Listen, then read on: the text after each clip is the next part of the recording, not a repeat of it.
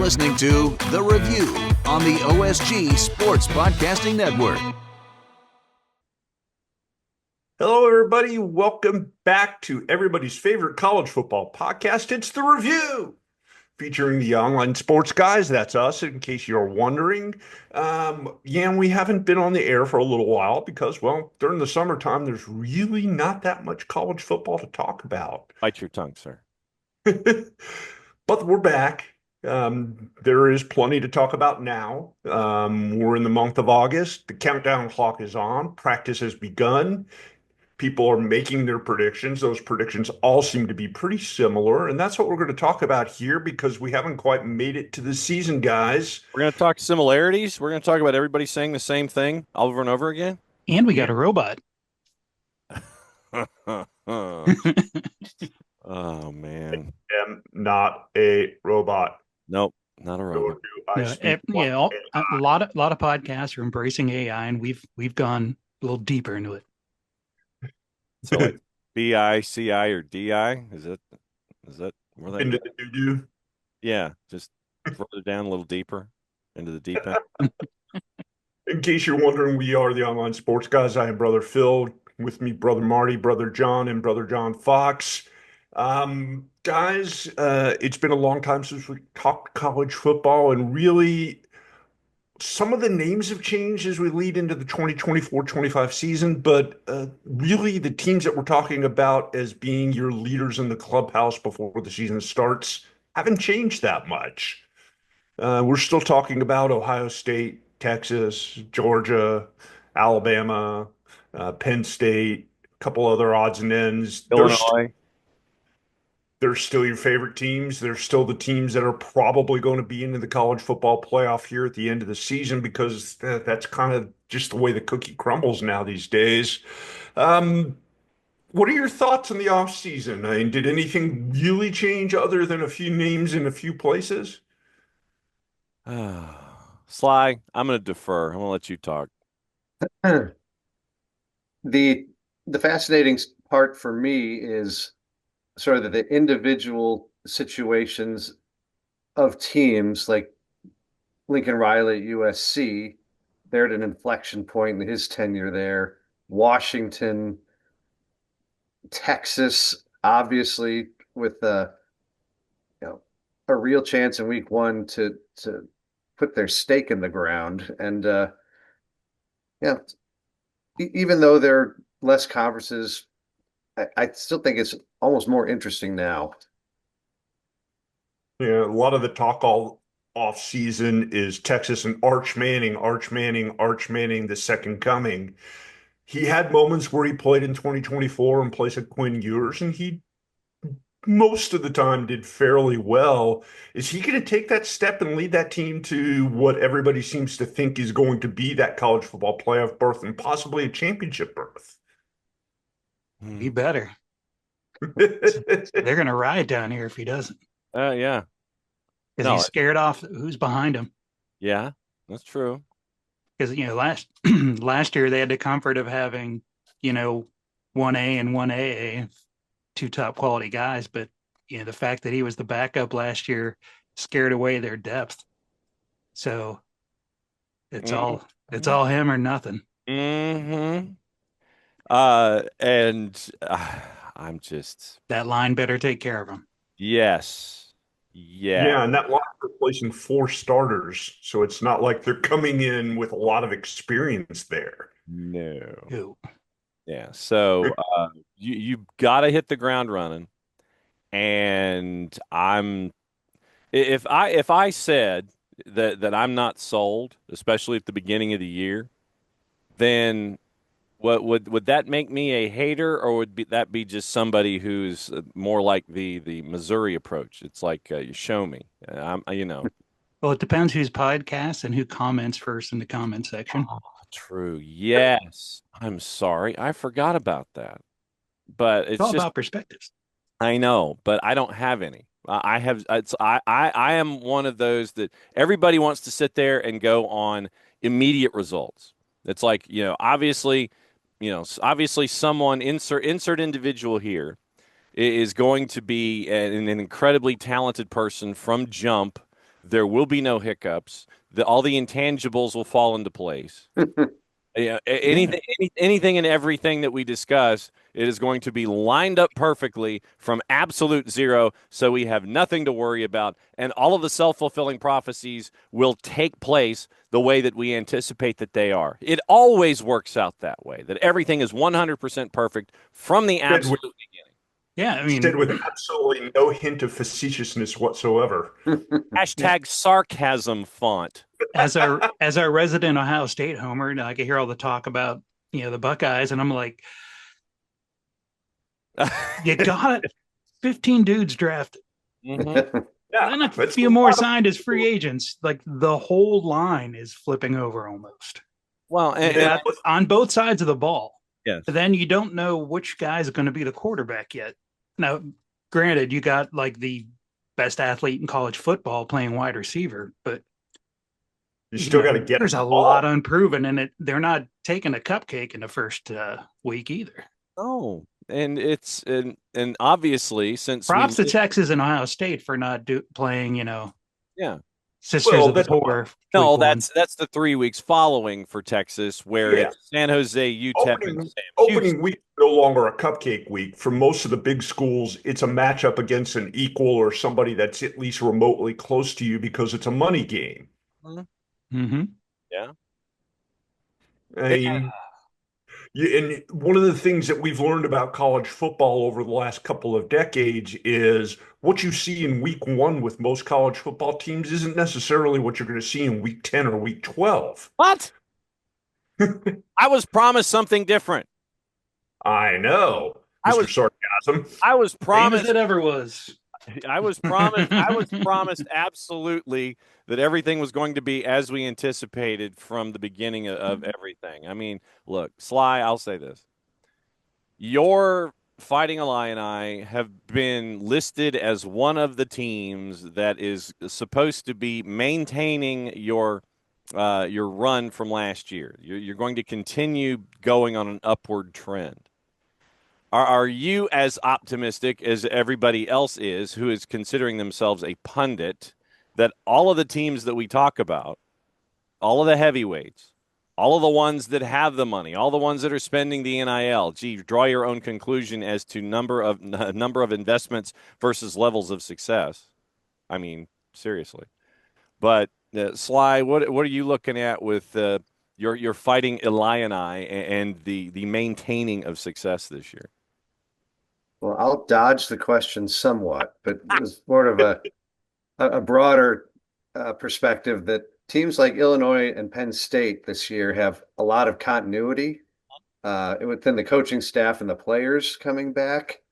And we're going to find out if that matters more than teams like Texas and Ohio State and others who have flipped the rosters, but whose talent level is an elite recruiting and transfer portal level, which matters more.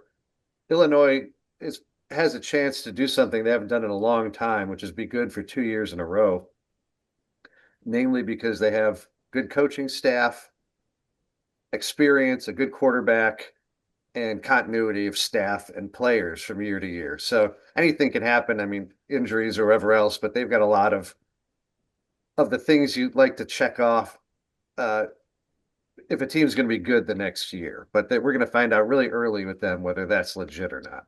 And I think that this is the petri dish that we're talking about here. Is it something where you are a team that is not a blue blood that has 8 figures to the left of the decimal place that's investing in players? Is continuity the way where, slow and steady wins the race, and it's just continuity, your juniors stay seniors and no one leaves, and you get a couple of dudes that come in portal? Or is the whole roster turnover thing where you lose 15, you bring in 20, they're all 5 stars, and, screw the whole idea of any kind of chemistry, Marty? It's just like, I want to find out really in this petri dish that we're in now, is it the NIL and the flips that we see and all of the money that is spent, or is it the continuity that is shown from folks that stay at a school for 5 years? Yeah, and that's a discussion a lot of people have been having is, you getting some guys that have flipped recently that are more about the bag than about being developed. And Which that we knew. seems to be like, I'm going back to Ohio State because I'm inundated with all their info. No. They tend to not pay the people coming in. They're putting the bag for the guys that have been there for a minute and proven themselves. And I think that's kind of the balance you want to strike of trying to take care of the ones that have been there for a minute, which tends to lead to longer term, careers with one school, I guess is the way to put it now that since it's semi-pro or Yeah, shit, it's pro, to be honest. there's a team out there that's being talked a lot about when you read about who's going to be who and doing what this year that kind of emphasizes that stay-at-home mentality. And there's a lot of people talking about Clemson in part because of Cade Klubnik. Cade Klubnik. Cade Klubnik, sir. Yes, get that L right. You're mixing your analysts from Auburn and your QBs from Clemson. But the Tigers are a team that a lot of people are talking about could be back a little bit this year, in part because they have so many people coming back. I'm gonna wait till I see it. Mm-hmm. I need to get you a Missouri jersey. Yes, Show me. absolutely. I have zero faith in the current system as it stands. I'm just like, look, preseason hype for me is 2 words. Take them individually. Preseason means that things ain't started yet, and hype, being the other word, means that you're trying to gin things up. Yeah, people are just filling airtime. Anything they're saying, they're guessing. If you get to go to practice as a reporter that covers the team, all they're going to let you see is stretching and the most basic of plays. If you see any plays run, and then you're ushered out. And then that's when the real practice happens. Look, all you got to do is for those who might be fans of the show Ted Lasso. Do you remember when Roy Kent was a TV pundit? There was the scene when they were asking Roy Kent about the young kid playing for Chelsea. I can't say the entire quote here on the show. Oh, you can. You can. It'll just change our rating. Yeah. Give me more work to edit. Yeah, and I don't want to I don't want to necessarily do that for show number 1. I figured we might want to build up to it. But basically, Roy was saying that, he's a 17, he's a young kid. He's going to do a couple of things and have something before the end of his day, and that would be it. Roy didn't want to get into the whole notion of how do you think this new wonder kid is going to be, because he's 17, I mean, that's where we are here. Folks want to sit there across the country and go, well, how's he going to do? Frankly, he's a 17-year-old kid. He's an 18-year-old kid, It's just, come on now. Think about it. But a lot of folks, I mean, look. So here's I found the quote, but I'm going to paraphrase it. He's 17. He's probably got chips for dinner and something before bed. That's what we're talking about here. Everybody wants to sit there and discuss, 18 to 22-year-olds coming into either new and fresh situations, or they're going to be the ish, but legitimately they're going to go have chips for dinner and do something before bed. That's where we are right now. And look, everybody coming into these spots, we always have the preseason hype. Show me first. Let me see your schedule. Let me see growth curve. I want to see how things progress. That for me is the big story this year. I want to see how things progress with all these big names, with all the pressure that's put on them by folks like us. And but John, we got to do this because if we didn't do this, we wouldn't have anything to talk about. I know. I'm not afraid of analyzing week for week, but I want everybody to sit there and understand the week for week and just give the kids some context and let them grow. If anybody says they're not guessing, they're lying. Mm-hmm. Yeah, pure and simple. Of course. I mean, you've still got. I mean, we haven't even talked about the 2 SEC big dogs, and that's Georgia and Alabama. Both of those teams welcoming in new quarterbacks this year, but it's the same, like John just did. It's the same as it ever was with them. They just kind of, the names change a little bit. and the number of speeding tickets in the offseason.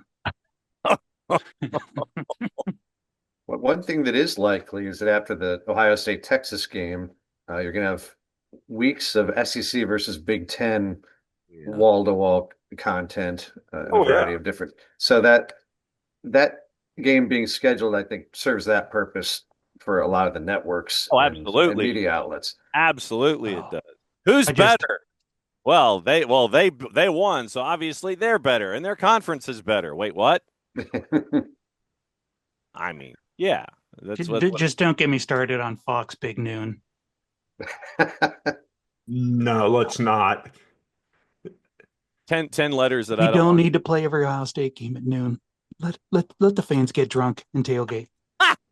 That's dinner. Ask Tennessee what kind of atmosphere that makes. Oh, this is the part where I give crap to Texas. They tried to move that game to Sunday, and Texas said, "Hell no." No. Why would you? Good for Chris Del Conte, because you'd be the only college game. You'd be the only thing on. It would get even higher ratings, and it would be twice as loud, which is why they said no. Yeah, absolutely not. No, if I'm Chris Del Conte, I'm like, no. Why would you agree to? Why would you do that? Well, because I'm fairly certain that there were several zeros to the left of the decimal. Oh yeah, maybe Chris Del Conte. There's some money to be made there. Well, but not to mention, be better to be the big thing on Sunday night. Yeah, but if I'm Chris Del Conte, and if I see network executive wandering into my office, which is not small, legitimately, if I'm Chris Del Conte and network executive has either Zoom call or personal meeting or Microsoft Teams with him, if I'm Del Conte, I'm in my office and I sit there and I'm going like this. Do you see my office? Do you see what's outside? Do you see what Austin, Texas looks like right now? Do you see folks who are excited about college football? I see a lot of homeless people. Do you see how what you are presenting to me, if I'm Chris Del Conte here, do you see what is being presented to me is not a care of mine? You are taking college football away from a Saturday and moving it to a Sunday. I do not know. I do not like green eggs and ham. That is not going to happen if I'm Chris Del Conte. I'm keeping everything in as much creative control as possible. And I'm not taking a night game on the road. No, the revenue itself can be made up somehow. Doesn't always work good for me. No. And I totally get that. Not happening. Good on Chris Del Conte. It's okay. It's okay to say you're scared of a louder crowd. It's all right. But again, it's a game that, while that game's going to be one hell of a spectacle to watch, I can't. Are you saying a respectable spectacle? Is that what you're trying to say, sir? Yes, I am. At the end of the year, it's not going to mean that much because it's game one, week one, and by the time we get to week 12 and we get to our college football playoff picks, that loss isn't going to mean that much. Oh, but you lost the game in week one. The world is falling down upon itself. Your conference stinks, and so do you. Mm-hmm. Speaking of which, since we bashed the ACC all last year, we'll see if that's a one-year phenomenon or if this is a multi-year deal. Oh, I'm thinking this is a multi-year contract, Sly. Yeah, I mean, outside of Clemson, I think Syracuse is going to take a step back. They had a magical year one with Fran Brown. Hard to imagine they'll replicate that, but I'm looking forward to the ACC. Miami's going to be curious. I'm really interested to see what they do because they've traded Cam Ward moved on to the NFL, your number one draft pick of the Tennessee Titans, and now they got Carson Beck playing quarterback for him. Oh boy! Another name guy who played extremely well at Georgia for the most part, except for the first 4 or 5 games of 2024. He's in a spot where he could win quickly, but he's got to acclimate to a new team very fast. Wild card. Mm-hmm. That's a true wild card situation. I'm scared. Should I bring up the Seminoles? No, go for it. No, I just I want to get your thoughts on it. I was going to be quiet for about 20 minutes and let you go off. What? When this is a first? They can't be as bad as they were last year. Bet me. Excuse me, as a lifelong Cleveland Browns fan, I never say that anymore. Bet me. I mean, that's the $60 million question with them. Are they that team kind of like the Atlanta Braves in baseball this year, or are they the team that was the year before a one-loss team? Oh, let's take a peek at their schedule, shall we? Let's take a peek. Let's take a look. I feel like we need Price is Right music or something. Okay, starting the season with Alabama. Oof. Not, and even though it is at Doak Campbell, and I think it is the fully renovated Doak Campbell, I'm not all that optimistic. No, and then it's an Alabama team with a brand new quarterback and a whole lot of brand new players. So I would probably say take the under and Alabama. Yeah, that's going to be a low-scoring game. East Texas A&M in their first year in 1AA, they moved up from Division II. They have directional Texas A&M schools. This used to be Texas A&M Commerce, and so they went from the hyphen to the directional. Yeah, so this used to be Division II champ Texas A&M Commerce, and so now, like I said, they put the hyphen For their division. Very good, Luis Perez of yes, my Arlington Renegades. yes, absolutely true. So directional Texas A&M, Kent. Then you go to Virginia. This one is sneaky for me. Going to Charlottesville, and it's a night game in Charlottesville. And and it is a Friday night in Charlottesville. So those are some things for me where I'm kind of going, eh. Then you play Miami and Pitt in Tallahassee. Then you go to Stanford for ACC After Dark. Then you take on Wake. You're at Clemson. Virginia Tech comes to you. NC State comes to you. Florida comes to you. Maybe 7-5, 6-6. Yeah, that's eligible. Yeah, great, fantastic. Thank you. Hey, cross your fingers. You might end up in the Pop-Tart Bowl. Yeah, and that's a big step up over 2024.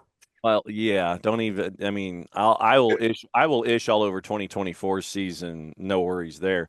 But you have a quarterback who is new, who is playing for an offensive coordinator who was new, who did not play him as a starting quarterback when they were paired together at previous universities, which caused the current starting quarterback to leave that university when they were paired together initially to go and start at another school. And now he is at his third school where he reunites with his former head coach, who is now his offensive coordinator. Do you get that? Yeah, it kind of sounds like somewhat parallel to them starting DJ Ukulele last year. Yeah, he should. Starting to sound like Real Housewives. And I mean, yeah, you ain't kidding, brother. I'm wondering how Gus Malzahn will integrate as an offensive coordinator, how long it will take that offense to get together. I would imagine you're going to try and make sure that that's there by the Virginia game. So you'll have the Bama game where it'll be kind of rough. You'll have your two cupcakes to kind of get your shoulders bowed up, and you're going to be like 2-1 heading to Charlottesville. I'm not all that optimistic about Charlottesville. And then that could set up something where you lose at Virginia, you lose against Miami, and then you host Pitt. And so you could be 2-4 after Pitt. You might be 3-3. Then you go to Stanford, which is its own batch of crazy. Then you have Wake, Clemson, and Virginia Tech. So you could be 1-2 there. I mean, legitimately, you could be 5-7, 6-6, somewhere in there. So fighting for bowl eligibility, I don't think is what everybody wants with a newly renovated Doak Campbell Stadium in Tallahassee, Florida. Mike Norvell, I mean, the buyout is still astronomical, not as astronomical. But, yeah, if they're not bowl eligible this year, I know that the expectations are high, but my guess is they're going to be fighting for bowl eligibility. It will not be pretty, and it will be something that I will be kicking every single week on this show. I mean, we haven't talked about the fourth peg of the big Power Four now, and that's the Big 12. Take the over. I don't think I'm wrong. I've seen picks all over the board on this. Most of them surprisingly have Baylor, who was a mediocre team last year, becoming that team again. Yeah. It's a mediocre conference, to be honest. Yeah. I mean, you got Sly, you got a lot of offense. You don't have a lot of defense. It's great viewing. Games themselves are going to go 3 hours and 45 minutes, and you're going to get a lot of points scored, but I don't know about the quality of the conference. I mean, every school in it's like, why not us? Yeah, considering what happened last year, this may be one to throw all the predictions out the window and just watch it unfold and evaluate from there. If I had to pick somebody, I'd be just throwing darts at a dartboard with all their pictures on it. Hey, yeah. better manners when I'm holding a dart. Yeah, And It seems, I mean, there is some Have to double check. They predictability. still have the same teams in the conference, right?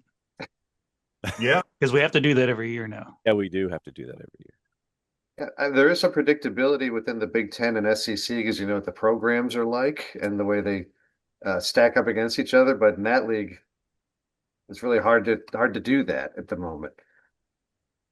I mean, oh boy. Could be Baylor, could be TCU, could be Cincinnati. Texas Tech, Cincinnati, could be anybody. Yeah, and that to me just once again, and you're also looking at Arizona State. Are they going to maintain from what we saw with Cam Scadaboo last year? You're starting running back for the New York Giants, probably. I mean, you literally you take your favorite blanket and just throw it all over this bunch because I mean the Big 12, by the way, And hit it with a bat. the Big 12, by the way, is 16. Just so everybody knows, and No, you can't go by the conference name and the amount of teams that are in it. That went out the window a couple of years ago. corporate branding.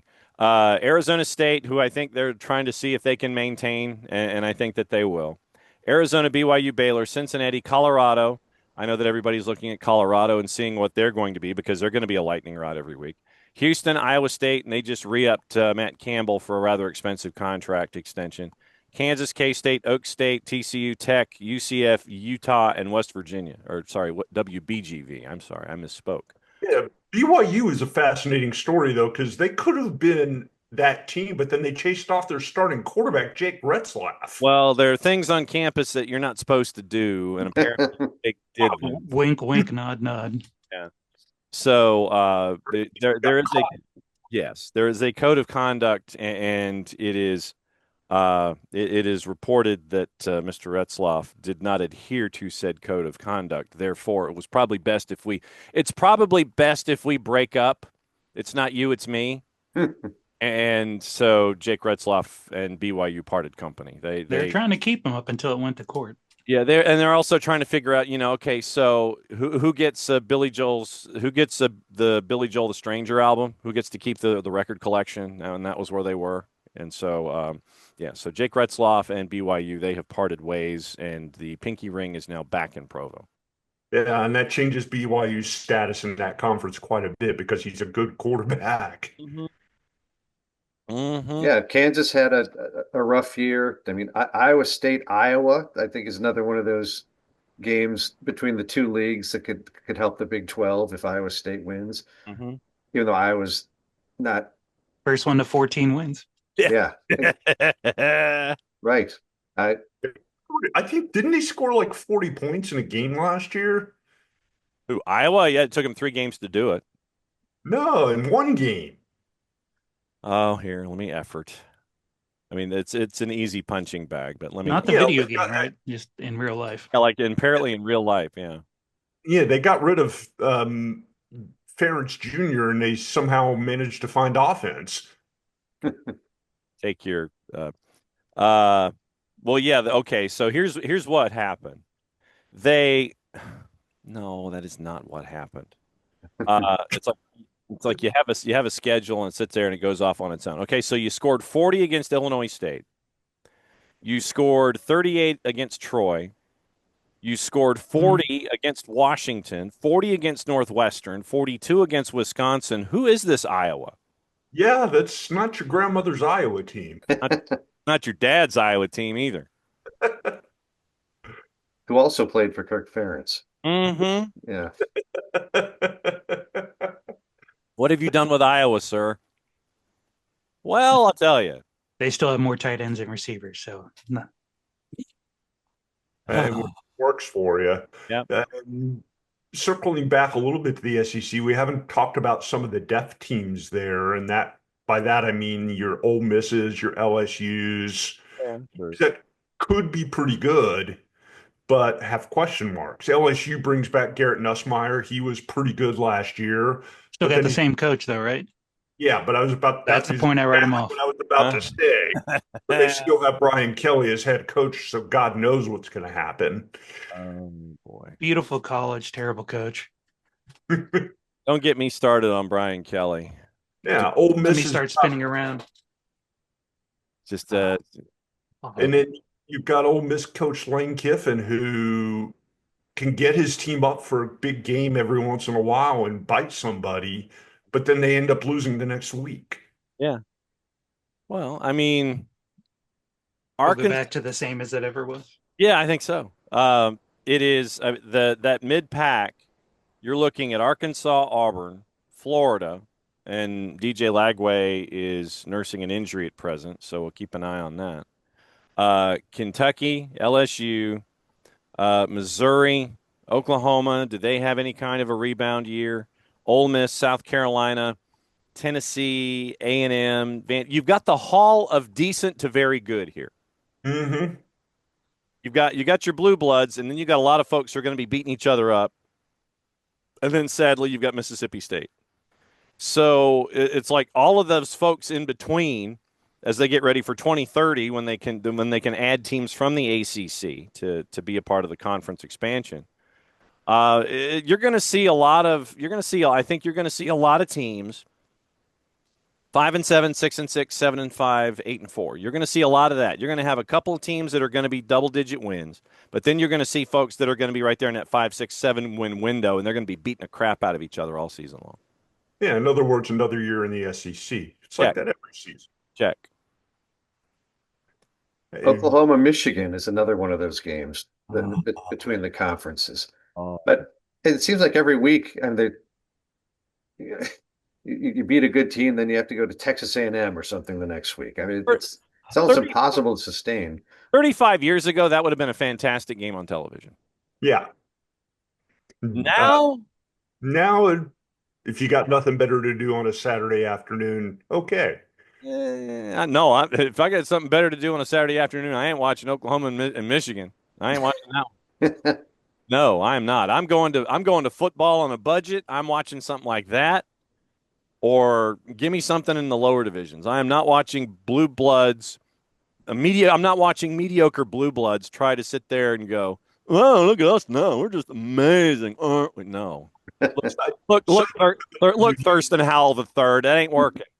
Side note to those of you new to our podcast, College Football on a Budget is our weekly segment during the season where we talk about games that you could get into for roughly the price of a soda. Yes. And those start on the 23rd, by the way. So we have 3 weeks to figure out budgets, but we already have 2 contenders for Football on a Budget on opening day, the 23rd of August. Let's save that for the segment when we need to do the segment, John. No. Yes. No, we're going to make people do some research before the next podcast. Exactly. Let the fans look it up by themselves. And then we can talk about people. It may or may not include a Pac-12 team. Woo! How many teams are in that conference now? Are they official? Hang on. Let's take a look. I think they are official, and the Mountain West is cursing their existence. I think that's how this works. They were cursing their existence when the whole thing went down last year. The Pac. You knew it was coming. How do you not merge? I mean, money. I mean, granted, I don't want to be on the CW either, but it's better the CW than ESPN3. Don't get me started on ESPN Plus. Oof. Yikes! Yeah, see, for my alma mater, you're doomed to pretty much ESPN3 the entire season. Yeah. Yeah, the way that it's currently listed, the Mountain West and the Pac are still two separate entities. And I think that they're blending together eventually. And Mountain West Air Force boy. Well, actually, tell you what, screw that. Screw the schedules. Let me go to the Pac. Let me go to the Pac-12 conference website so they can promote whatever it is that they are.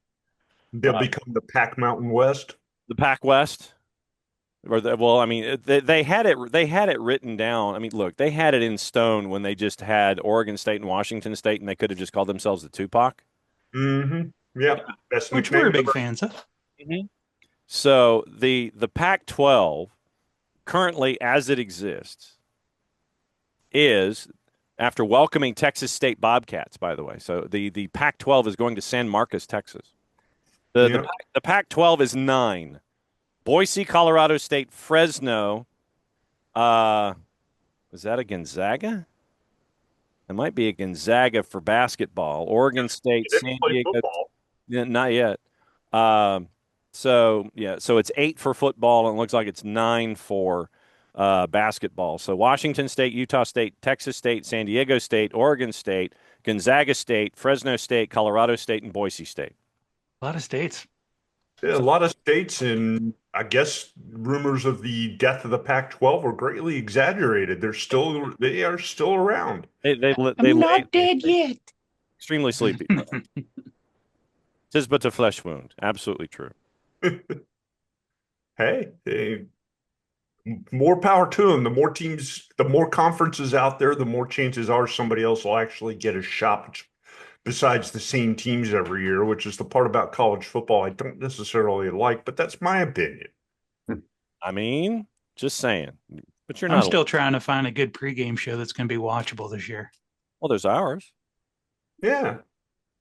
But we're going to have to start doing it live on Saturdays because the two main options are going to be unwatchable. So, okay. So we'll be around the planet and we'll be where we are and we'll just end up doing a stream of consciousness kickoff show. Are you protesting the end of Lee Corso's college football career, Marty? No, adding Barstool to Fox Big Noon Kickoff. Yeah. No, not happening. You can't flip back and forth when one becomes unbearable. Now they're both unbearable. Yes. So the Pac-12 and Texas State announced the Bobcats are joining for 26-27. Texas, Boise, Colorado, Fresno, Gonzaga State, Oregon State, San Diego State, Utah State, Washington State. 9 foundational members of the new Pac-12 set for launch next year. So we have one more year of the Tupac and one more year of the Mountain West. Then we get the Pac-9. Or the Pac-West. Pac-West, whatever. So, so we have one more year of the Tupac and the Mountain West, and then next year everything comes together. It starts to. So that's your Pac-12 release, by the way. Pac-West is a solid name, though. See? I gotta say. Sounds like an insurance company. Hey, guys, I know John's got to get to a soccer match tonight or this morning. Yeah, kind of, sort of. One of his many side jobs is the guy who is on the video screen there at Atlanta United games. Yeah, but today it's just going to cover it. We have 4 Premier League sides that are wandering into town, so we get to see. You want to talk about preseason gripping? You're going to have 4 fan bases in their preseason gripping. One of them is Manchester United, and they are already about to lose all of their ish. The season hadn't started yet, and they're about to go nuts. Yes, it's going to be interesting to see how many people brave the rain here in beautiful Atlanta, GA. Oh, you guys might run out of beer downtown with those guys. Exactly. Everybody's going to sit there and go, they're used to standing out in the rain, but they're going to be covered. So yeah, it is going to be a test of the concessions. By the way, test of the concessions. Bristol Motor Speedway ran out of food and ran out of drinks on Saturday as they were in the rain delay trying to get the Reds and the Braves squared away. Gotta say, I like the Rick and Bobby catcher outfit. Yeah, for those of you that don't know what we're talking about, Major League Baseball, renovating, building, whatever you want to call it, a baseball field and trying to play a game at Bristol Motor Speedway. And it looked really good in the sun. Uh-huh. while they were putting it together and the finished product without people in the stands, it didn't look quite that well on a foggy, drizzly, rainy night in northeastern Tennessee. Thunder Valley took its revenge on baseball and said, "We're only doing NASCAR here, sir." Apparently, according to reports, they ran out of concessions. They ran out of merchandise. Apparently they ran out of merchandise before the game even started. Shoot, yeah, I would too. I mean, if I was there, you get the NASCAR hat that's got Atlanta and the Reds and Thunder Valley and all that stuff. It's going to be on eBay and it's going to be expensive as all hell. And people couldn't get in because there was nobody there to direct traffic. There was no signage. And it sounds like a typical Major League Baseball game day operation to me. Sounds like a UFL game. Oh. As a season ticket holder, I can make that honest assessment. Yes, you can. Wait, as a former season ticket holder, because I'm done with them. Wow. Somebody who has dealt with the clowns that are called MLB game day operations, including their press relations people, they're a walking disaster. Dude, they had an end of season watch party because they had pissed off their season ticket base so badly that they were trying to get people to maintain their season tickets.